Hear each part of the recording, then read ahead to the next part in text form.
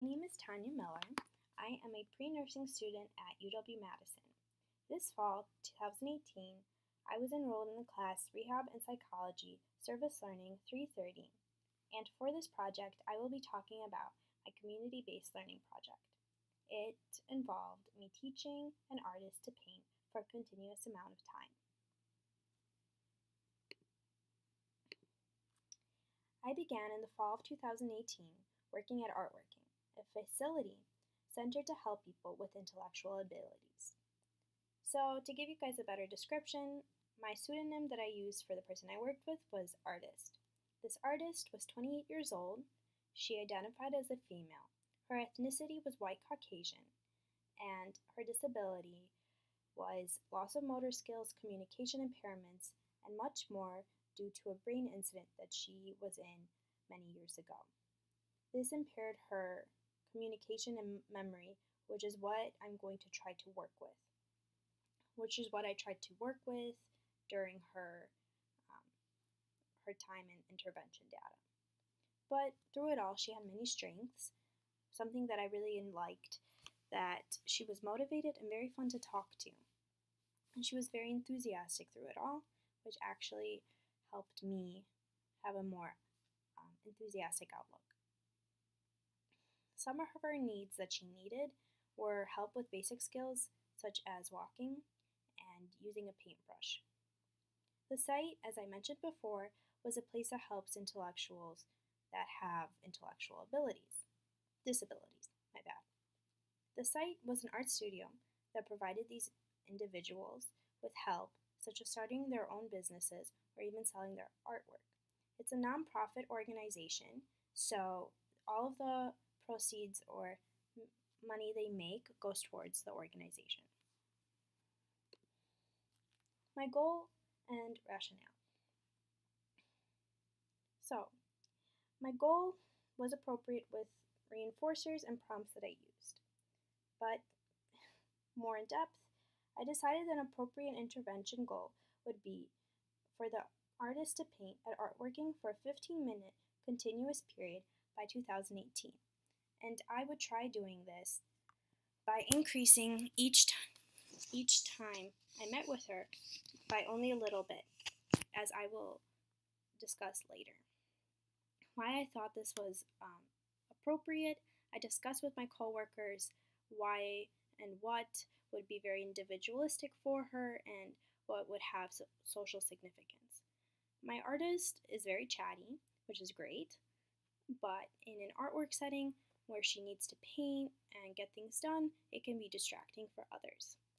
For her to paint for a continuous amount of time would be beneficial. She would get more work done, which she could sell, so it would be very individualistic and appropriate. The data collection procedure that I have here, I was using shaping, and I used an Excel spreadsheet here where I recorded for 9 weeks. The first the first 3 weeks I used were the baseline data, where I did not intervene, meaning I did not use any prompts or reinforcers, and just let her paint and see how long she could paint for.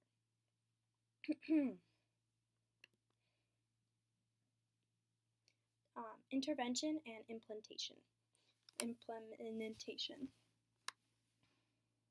So, I was working at Artworking on Mondays from 1 to 3 p.m., but on my last weeks I actually was working for 3 hours on Mondays and Wednesdays. I used shaping, as I mentioned before, so I was gradually increasing the amount of time or goal that she would continuously paint.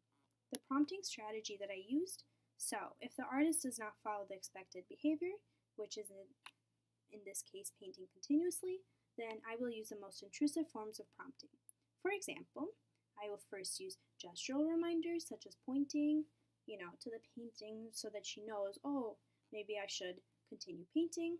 Then visual, such as a clock, to time her, and I found that this was actually really helpful, but it's individualistic, so it might not work for everyone.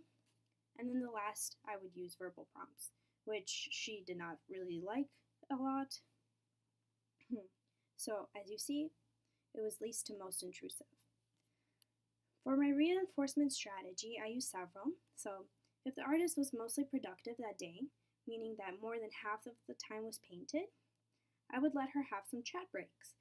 And that's actually from her own desirable things. She really liked chatting, as most of us do, and she also enjoyed dance breaks and listening to Spotify. So I listed them as 1, chat breaks, 2, dance break, and then listening to Spotify. For my data reporting, as you see, I used the Excel spreadsheet and I filled it in. So I was recording each week the duration or how long the artist could paint for. And here in the beginning, we went from 1 minute, 3 minutes, and back to 1. Once I implemented intervention, so use of prompts or reinforcers, we started going 3 minutes, 4 minutes, 7. And each week I actually had a goal, the shaping, so week 1 of intervention, so week 4, the goal was 3 minutes, and then the following was 5, 7. So some weeks she did not meet, but each week she was increasing. So to me, I think that she did reach a goal. And she actually did reach the final goal. So my data analysis. As we see for baseline, from week 1 to 2, the trend is increasing, and then it's decreasing. Overall, for the intervention data, her goal is increasing data, the trend, and the level is also increasing. There is variability, but not that much. And from the change of week 1 to 9, there is a lot of variability as she was increasing. Generalization and maintenance.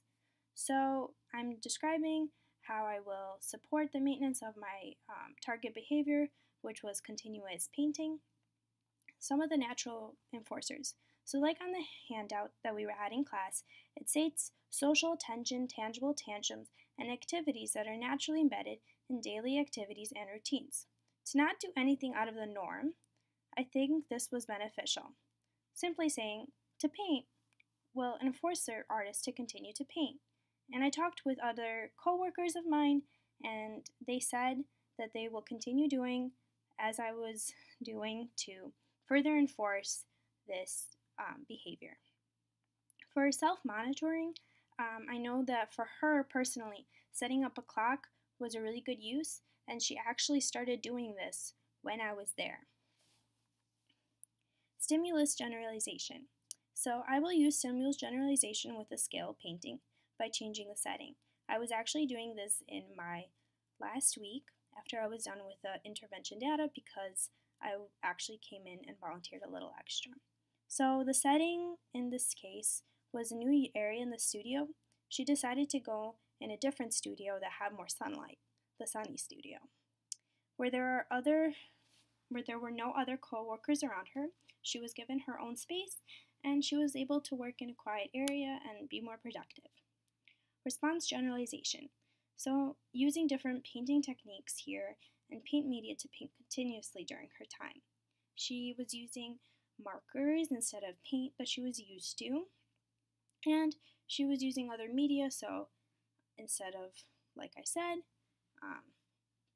acrylic paint, she was using markers, and the techniques vary because you're not brushing the surface, instead you're just using a marker. So, discussion and impressions. Things you were excited for. Well, my artist was able to finish her tasks at a faster and more desirable rate, and she actually produced a lot more paintings that she had in the past. She was also more enthusiastic because she was able to finish more, and she was starting to enjoy the different pace of things and being able to do more things. I was really proud of my artist for being able to reach her goal, even though, for her it might have been a little harder with having to change different medias as she was used to using paints. She really liked using markers in this case, and she was really happy with being able to finish more things. So the barriers that I encountered For the most part, she really liked working by herself. So, in that last segment that we talked about where we changed locations, it was very beneficial for her because some barriers or challenges that we encountered before with having a loud environment, it was a little difficult for her to work in. And changes I would like to make, any changes would be environment. As for her, she desired a more quiet area. And that is the end of my project. Thank you for listening.